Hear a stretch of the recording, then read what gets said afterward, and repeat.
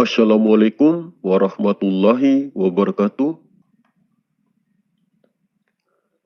Sang Khalifah ataupun Imam Mahdi adalah gelar yang diberikan kepada manusia utusan Allah pada zaman sekarang ini.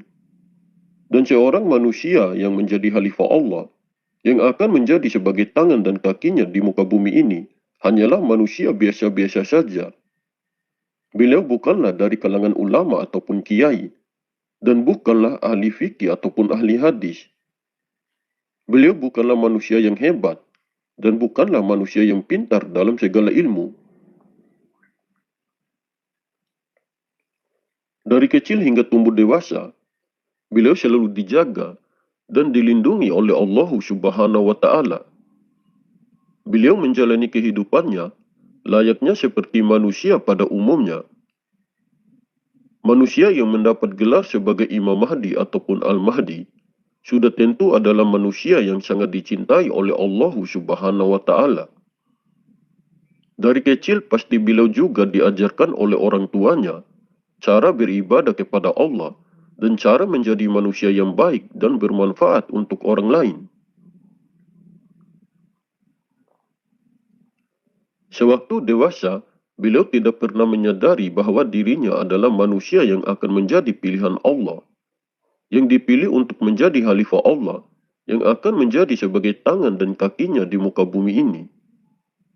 Dulunya beliau bukanlah ahli ibadah, tetapi beliau hanya beribadah kepada Allah ala kadarnya saja, atau bisa dibilang ibadahnya biasa-biasa saja.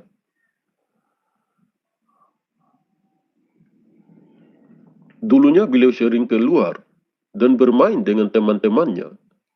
Dan jika waktunya sholat, beliau akan tetap melaksanakan sholatnya. Dan selesai sholat, pasti beliau akan selalu berzikir. Beliau paling senang berzikir. Karena sudah menjadi sesuatu yang menyenangkan bagi dirinya. Beliau sangat rajin sekali menjalani zikirnya.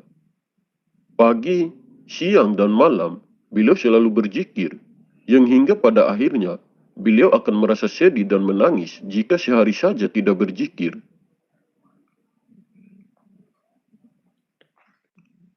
Singkat waktu, hingga beliau benar-benar menjadi ahli zikir dan saking cintanya kepada Allah, beliau jarang sekali keluar dari tempatnya karena sering melakukan zikir. Dan pada akhirnya, beliau mendapatkan petunjuk langsung dari Allah Subhanahu wa Ta'ala untuk masuk ke suatu majelis ilmu tarekat tasawuf sufi. Di tempat majelis ilmu itu adalah tempatnya para ahli zikir. Dan seorang yang menjadi pemimpin tempat majelis ilmu itu adalah seorang walian mursyida, yaitu seorang wali kutub yang sudah menjadi gurunya Imam Mahdi. Gurunya sang khalifah ataupun Imam Mahdi, yang bergelar wali kutub pada zamannya terdahulu, memiliki juga nasab atau silsilah-silsilahnya sampai kepada Rasulullah Muhammad SAW. Setelah gurunya wafat dan masa kepemimpinannya telah selesai, maka Allah memilih lagi seorang manusia selanjutnya yang akan menjadi kekasihnya, yang akan menjadi sebagai tangan dan kakinya di muka bumi ini. Dan kehadiran seorang manusia utusan Allah pada zaman sekarang inilah yang mendapat gelar sebagai Imam Mahdi ataupun Al-Mahdi. Banyak orang yang berpendapat bahwa sang khalifah ataupun Imam Mahdi tidak mempunyai guru. Apabila seorang manusia tidak mempunyai guru, maka nasabnya dan keilmuannya akan terputus dari nasab atau sanad keilmuan dari Rasulullah Muhammad SAW. Maka orang yang tidak punya guru dan melarang untuk berguru, berarti ia sudah terputus kepada Rasulullah SAW. Jika ada seorang manusia yang mengaku dirinya sebagai Imam Mahdi, sementara tidak punya guru, berarti itu adalah Imam Mahdi palsu. Setelah wafat gurunya, sang khalifah ataupun Imam Mahdi sampai saat sekarang ini dibimbing langsung oleh Allah Subhanahu wa Ta'ala. Beliau dari dulu sudah mengetahui tentang siapa jati dirinya. Dan beliau saat ini sudah menjadi pemimpin di seluruh penjuru langit maupun bumi. Semua bangsa gaib baik yang ada di langit maupun yang ada di bumi, patuh dan tunduk kepadanya. Hanya saja banyak dari manusia yang tidak bisa mengetahui keberadaannya, karena masih terdindingi oleh hawa nafsu akan dunia dan keegoan diri. Sang Khalifah ataupun Imam Mahdi adalah manusia yang dibimbing langsung oleh Allah Subhanahu wa Ta'ala melalui kolbunya ataupun ruhnya. Ketinggian derajatnya mewarisi derajatnya Rasulullah Shallallahu Alaihi Wasallam. Ahlaknya mewarisi juga ahlaknya Rasulullah Muhammad Shallallahu Alaihi Wasallam, yaitu ahlak yang mulia dan terpuji. Beliau memiliki jiwa kerasulan di dalam dirinya karena beliau mewarisi arwahul muqaddasah Rasulullah Muhammad Shallallahu Alaihi Wasallam ataupun mewarisi roh kerasulan. Sang Khalifah ataupun Imam Mahdi adalah kekasih yang sangat dicintai oleh Allah Subhanahu wa Ta'ala. Jika sudah menjadi kekasih utusan Allah, pasti beliau memiliki kemampuan ataupun kelebihan yang disebut sebagai ilmu karomah ataupun ilmu laduni. Doanya mustajab dan zikirnya adalah kekuatan terbesarnya yang tidak mampu dilawan satu makhluk pun yang ada di muka bumi ini. Di dalam dirinya memiliki kekuatan, dan di dalam kekuatan nurun ala nurin, yaitu cahaya di atas cahaya. Dengan kekuatan yang bersumber langsung dari Allah Subhanahu wa Ta'ala, maka tidak ada satu makhluk pun di muka bumi ini yang mampu menandingi kekuatan kekasihnya itu. Dengan kekuatannya itu, beliau bisa memperbaiki dan bisa menghancurkan keadaan di bumi ini sesuai apa yang Allah inginkan dan apa yang Allah kehendaki.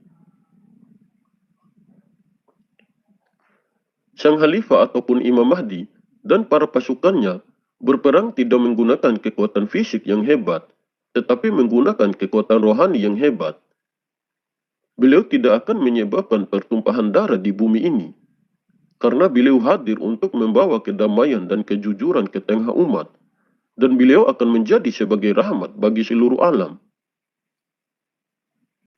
Senjata terbesar sang Khalifah ataupun Imam Mahdi yang sesungguhnya adalah zikir. Zikir merupakan kekuatan terbesarnya beliau, dan melalui energi zikirnya itu, beliau bisa memperbaiki dan menghancurkan sesuatu di muka bumi ini atas izin Allah Subhanahu wa Ta'ala. Begitupun dengan para pasukannya, hanya zikir yang menjadi senjatanya, dan hanya zikir yang menjadi kekuatan untuk rohaninya. Sang Khalifah ataupun Imam Mahdi dan para pasukannya akan melawan Dajjal dan para pengikutnya dengan kekuatan rohani yang hebat. Pengikutnya Dajjal itu sebenarnya umat Islam yang johirnya saja dan batinnya munafik.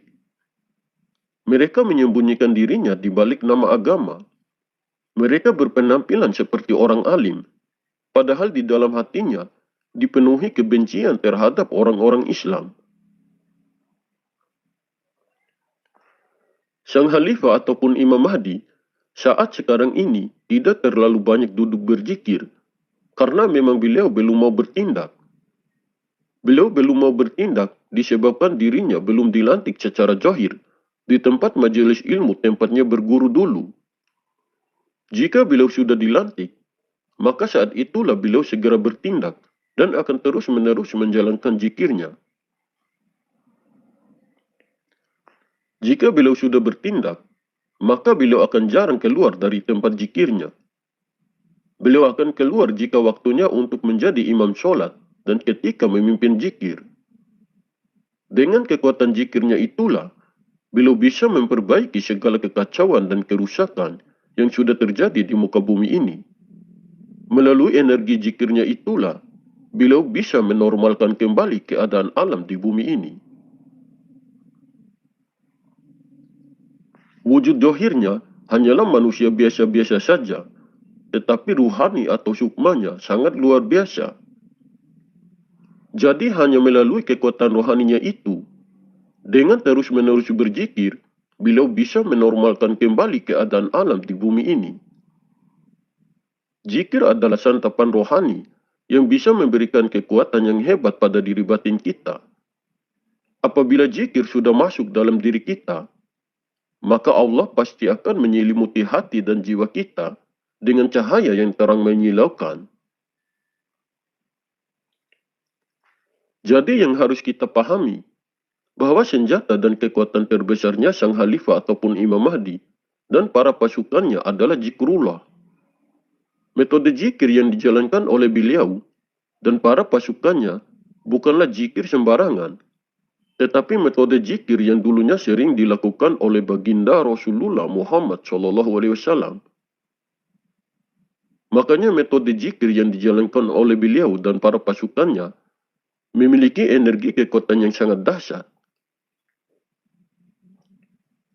Metode zikir di dunia ini sangat banyak dan berbeda-beda, tetapi hanya ada satu metode zikir yang bisa memberikan energi kekuatan yang sangat dahsyat, yaitu metode zikir yang dulunya sering dilakukan oleh baginda Rasulullah Muhammad SAW saat berbulan-bulan di Gua Hira sebelum beliau melakukan perjalanan Isra dan Mi'raj. Hanya manusia utusan Allah dan para pengikut dan pasukannya yang bisa mengetahui metode zikir tersebut. Saya seringkali mengatakan kepada sobat semua, kalian boleh percaya atau tidak dengan informasi yang saya sampaikan ini. Terserah kalian saja, yang penting saya sudah berusaha berbagi informasi ini. Kalian ambil saja poin positifnya dan kembalikan saja pada keyakinan kita masing-masing. Oke sobat, mungkin ini saja yang bisa saya sampaikan. Lebih dan kurangnya saya mohon maaf. Semoga informasi ini bermanfaat. Terima kasih. Wallahu a'lam bishawab. Wassalamualaikum warahmatullahi wabarakatuh.